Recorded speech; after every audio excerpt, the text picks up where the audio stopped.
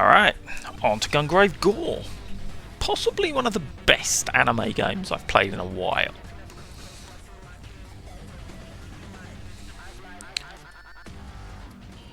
Oh, hang on, stage select. So, this game has the most creative city to be set in, namely Scumland.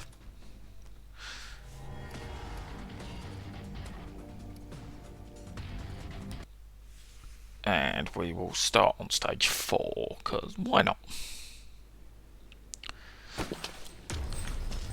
So I get the impression the story to this sort of assumes you've watched the anime, which I haven't. Because it didn't make a vast amount of sense. I mean, I could work out who the heroes were and who the villains were, but there was some assumed knowledge, I think. Now, this game is sort of dollar store Devil May Cry, but the focus is on shooting, not melee. There is melee, but I'm going to get the most mileage out of my guns. What I want to do is that happy little skull up in the top left is essentially my super meter. And the game's main mechanic is the more guys I shoot, the more I build that up. Watch out. And then I get to do cool stuff like this. And now I have a really big gun.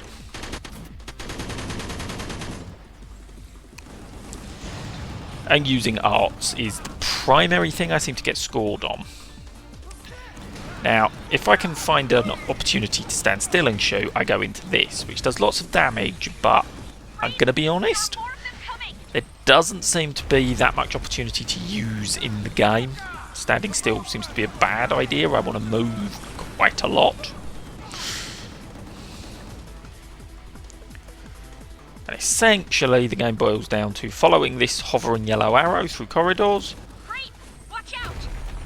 as increasingly ridiculous sized hordes of bad guys come after you. And it's fun. It is a fun 10-hour distraction. It's not deep, not complicated. A couple of missions where it gives you other characters to play as, which is just a fun aside. But yeah, ow, why are you shooting me up there? That is one of this game's favourite tricks, is we're going to spawn enemies on a level you can't get to through any obvious route.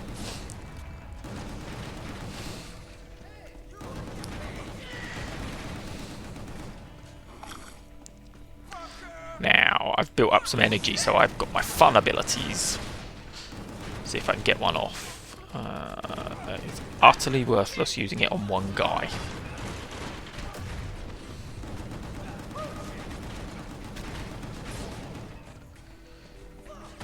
Here we go. So you can parry rockets back. It feels as clunky as it looks.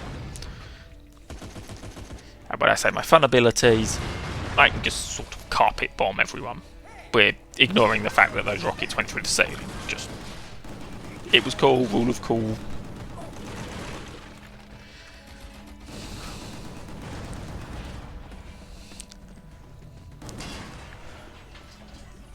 Now, I'm gonna say Gungrave definitely has quite a lot of what we're gonna call 90s edge to him. There were definitely pentagrams in his school textbooks. There are too many of them.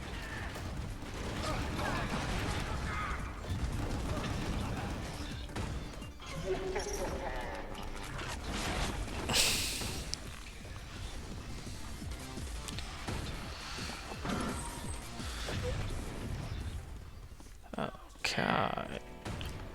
And if you're ever lost, you've got your compass in the top and just look for the yellow arrow, it'll be around. I genuinely, even with my utterly horrific sense of direction, never got lost in this game. So, as you probably noticed, the AI is not winning any genius prizes anytime soon. I'm pretty sure we have to measure the AI's intelligence in decimals. But it works, they're fun to smack around. There are some combos. There utterly horrendous to pull off. The timing seems to be really weirdly strict.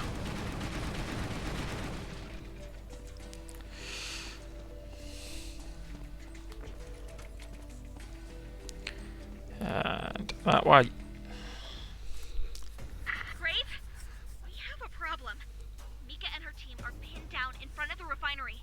They're ambushed by Raven Clan forces. It looks like someone was expecting them. You'll need to reach them fast. See if they're expecting you. Give them hell.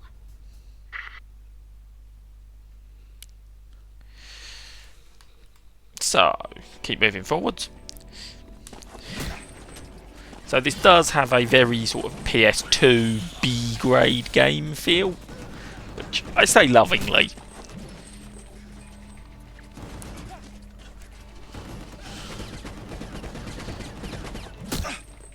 And in looking at my recording, about 5 minutes, I have said, I pretty much described the game. This is it for... Game reckons I beat it in about 9 hours. I think that's probably closer to 10. Great. Watch out. Upper level.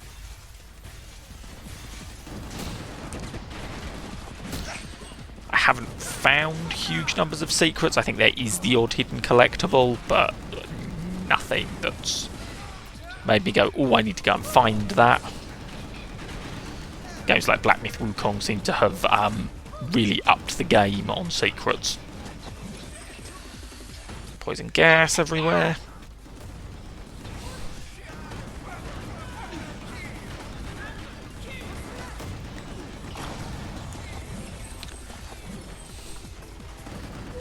More bullets than I can deal with. Now, the game's going to say that quite a lot. That, my sense of direction is playing up here. That does not necessarily mean the end of the level. In fact, quite frequently, it doesn't. In this case, I think it does. And then we have the very edgy, slightly dodgily animated cutscene. Jump. That's the fastest way to Mika's location. Jump.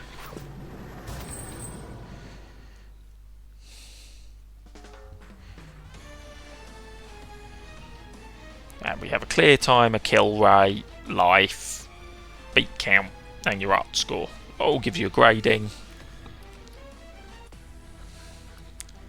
And then that rewards us with points that we can use to buy all kinds of stuff. So that seems like it might be useful, so I might pick that up. And why not? Let's have more health. I have the money. These are the special abilities I was using. There are quite a lot, but you can only have 4 equipped. Which essentially turn that big coffin on your back into some ridiculous weapon that's going to kill almost everything. Okay. So, I think we won't do the whole of this, but for completeness is, let's have a look at one of this game's biggest problems, and that is insane difficulty spikes. Now, they seem to have patched this level, so it's not as bad as when the game came out, but this is mission 5, so directly after what you just saw, and that was really quite easy. Now this mission, I stand a pretty good odds of dying at least once.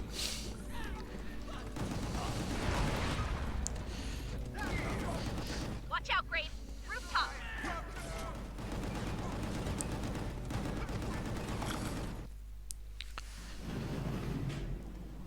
We will jump the cutscenes, avoid too much 2000's edge, Grave, are you okay? because here I need to keep pushing forwards Watch your head, Grave. on endless waves of spawns.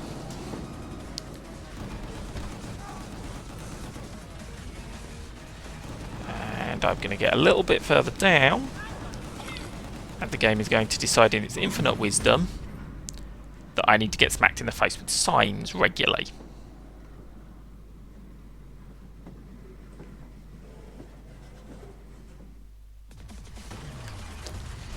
So I need to charge. As you can see, I've got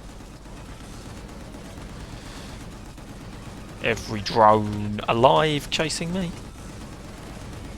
The enemies aren't too much a problem. Those, slightly bigger. Jump down. Nice! That's the way you do it! And my person on the radio gets very enthusiastic whenever I'm even remotely successful.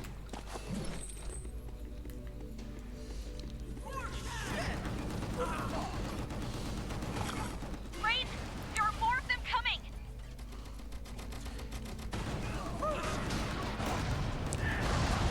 That was a weird bit of jank, but there we go.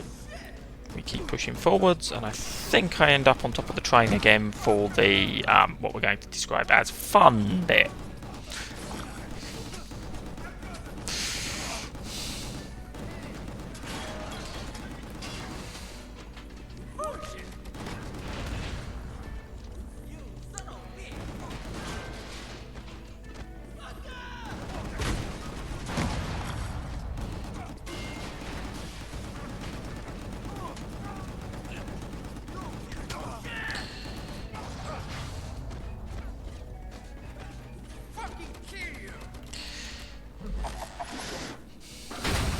There is no need to swear at me, thank you very much. Scumland definitely lives up to its name. And there is definitely some tongue-in-cheek in this game. It knows quite how silly it is and does kind of own it.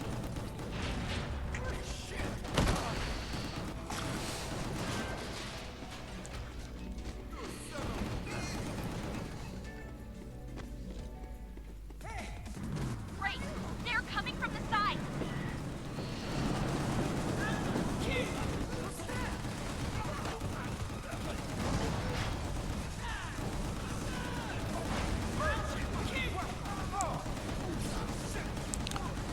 So currently this is just a shooting gallery. I'm not sure why the AI is saying watch my health, it's still full. Really haven't taken a lot of damage.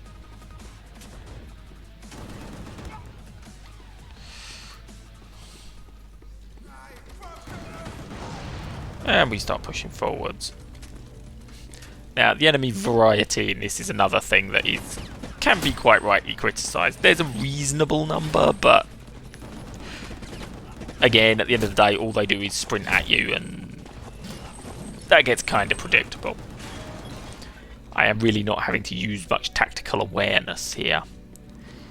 Here we go. Now, all I've got to do here is push forward and not get smacked in the face by one of these signs. But as you can see, I'm not the world's fastest. I should possibly go do some more running. And if I do get hit, those signs will get hit by this one. Do quite a substantial amount of damage. I'm pretty sure at launch they were doing more than that. Also think they're coming slightly slower than they were because they do seem easier to dodge. There are more of them coming! Hurry, Grave! Faster! And this, outside of the bosses, was probably the hardest level. Now bear in mind this is level 5 out of 30. The difficulty curve is a little sporadic, to say the least. But we've hit the end. And as I say, there's not a huge amount to say on this. It's a fun way to kill 10 hours, but you're not missing much.